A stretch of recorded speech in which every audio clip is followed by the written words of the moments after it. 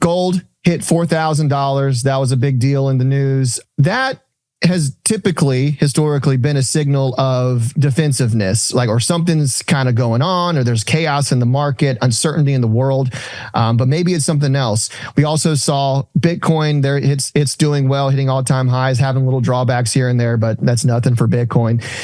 Why do you think gold hit that all-time high? Why is it having such a just remarkable year? And can it keep going to 5,000, or does this spell some kind of a looming disaster?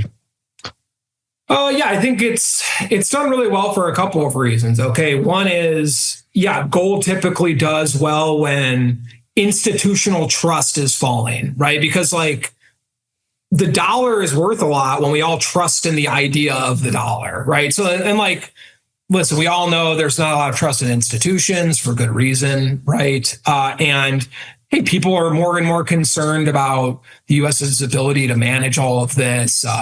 Frankly, Donald Trump attacking the independence of the Federal Reserve, right?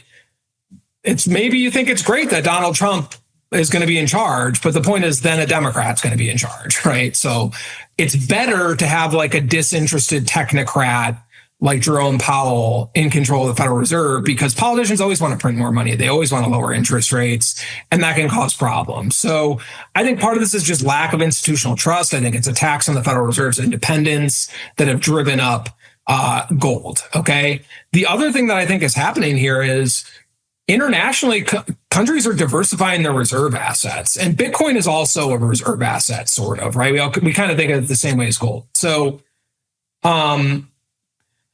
let me put it this way, okay? I mentioned 50% global market share for the dollar, right? It's insanely dominant.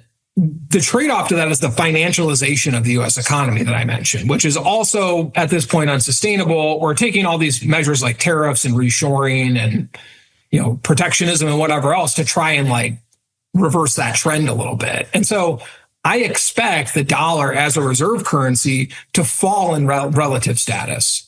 I don't think it's going away as a reserve currency. There's no way, nobody else can replace it. But instead of 50% of global transactions, maybe the dollar falls to 40%.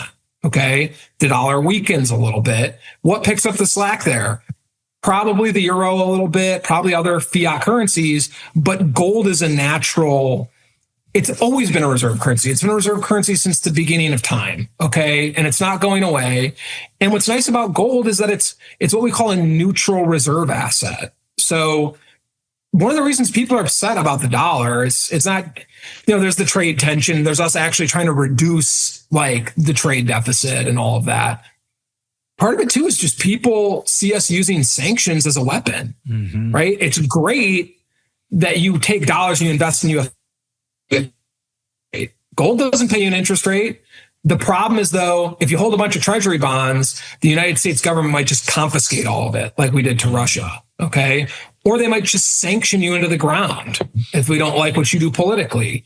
And so countries see this and say, hey, 50% of our Forex reserves, that's too much in dollars, right? The world's chaotic. The United States is swinging around sanctions like crazy.